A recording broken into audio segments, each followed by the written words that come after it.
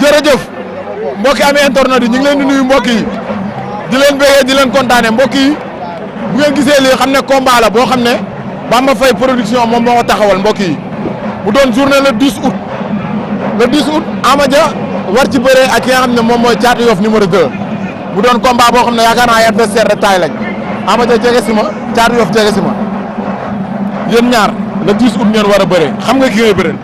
non xam naa ko bu baax moo tax ma jël ko. waaw. mais ki ngay bu baax moo tax ma jël ko. mais ki ngay bëreel nekk mbër boo xam ne macha allah jamono ji daa téye buzz bi daa bëri coow niveau bi mu yéegal ko est-ce que bëreeg mbër mu mel noonu yomb na. non jege si loolu du suñu problème. ah parce que équipe ba ñu ngi fay kontaagal ñoo ko ëpp coow ñoo ko ëpp doole ñoo ko gën a diis. ah Ama Dia nuyu naa la di la bëggee sa waay nee na amoo coow ñu muy kontaagal ñoo la ëpp coow ñoo la gën a diis. san moo la wax loolu. moom nekkul Thiatou ñu wax ma dégg. nee na nga wax mu dégg. waaw si Thiatou Yoff wala nga ragal Ama Dia jàkkaarloo ak moom. gars yi may kontaagal ñoo la ëpp doole. ñoo la gën a diis. yow bëri TikTok nga sa waay. bëri TikTok nga. maanaam man allé retour. face caméra jàkkaarloo ak caméra yi. man du ma sa morom. amul Ama Dia jàkkaarloo ak da caméra ngay déglu ma waaw soo ma dépassé dama lay wulli fii ba pare nga bëre ma wulli la. barke alxuraan maa la mën fuuf baax na. soob rek waaw dama lay yow wax wax ji nga am si làmb moo la dugal si làmb. mais le 10 di nga xam ne sa yoon ñëw si. dugal fii booy xamal la laa booy du ma sa morom. da ngay soob bu leen laalante dama lay wulli fii. tërëm doo ma ko bu leen def laalante dama lay wax rek. tërëm doo ma ko def. yaa war a def booy leneen làmb amoo si dara. voilà ba le 10 di nga fii xam nga ne may def Fara bu wala duggee si xale yow ma wulli la ba nga nooy daal man aw ma ku may taxawal sax di sóoraale sama àdduna. kii bëgg ko dugal si làmb ji te sama làmb daa yàqu moo tax ma jël ki mais kii màgget bi du ma bëreeg màgget. mais lu tax nga jël ko. sama làmb moo yàqu bugguma toog. ok ndax du ma man bugguma yàqu soo journée. ok sama combat moo yàqu ñu proposé ma jël ko mais kii xaw ma ko maa koy doog a gis. ok te su ma xamoon nii la mel sax du ma ko jël. ndax lan màgget xoolal bëñ yi kii bëñ yëpp teñ na. yow xanaa ñeme woo Ama Dia. magal la ak a ñime maa ngi nii di wax ak moom. waaw dina jëlee si jege si da ngay dem nga posé ji yow màgget nga. waaye borom jaal bee wax ak yow de sa waay borom jaal bi mooy wax ak yow. sa yoon na dama lay wax leen soo taxawee boo amee fi nga taxaw xew ma naa la tuut yow lii nga man barke média bi wër la ngay ratatat. billahi wala su taxawee rek mu dal ko ba mu daw génn li ma waxoon boobee laa koy waxaat su taxawee xeex ma wulli ko ba mu génn.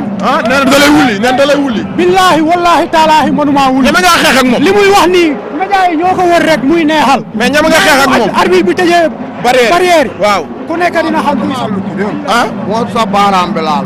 nee na nga mën koo luqi nee na nga mën koo luqi. kii mbëru comédien la xam nga ni day neexal nii rek. mais li muy wax nii eggul si laa la wax. ok waaw. dangaa tilim. dangaa tilim. mbayar la moo tax mu tilim. sangu lu may doyee sangu. lu may doyee sangu. ah tilim nga xeeñ. waaw tilim naa. mais yéen ñaar daa mel ne neexoo ngeen de. kii dafa baax di wax rek. bu maag moom xoolal kii mu jol àdduna yére.